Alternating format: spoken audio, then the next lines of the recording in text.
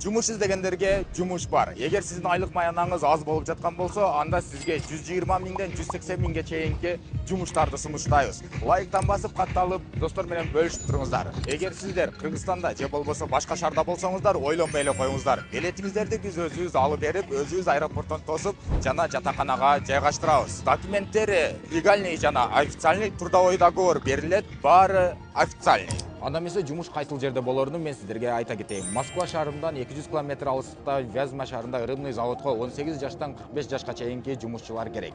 Айымдар жана мырзалар. Вакансиялар тууралуу айта кетейин. Фасовщик, упаковщик жана грузчик.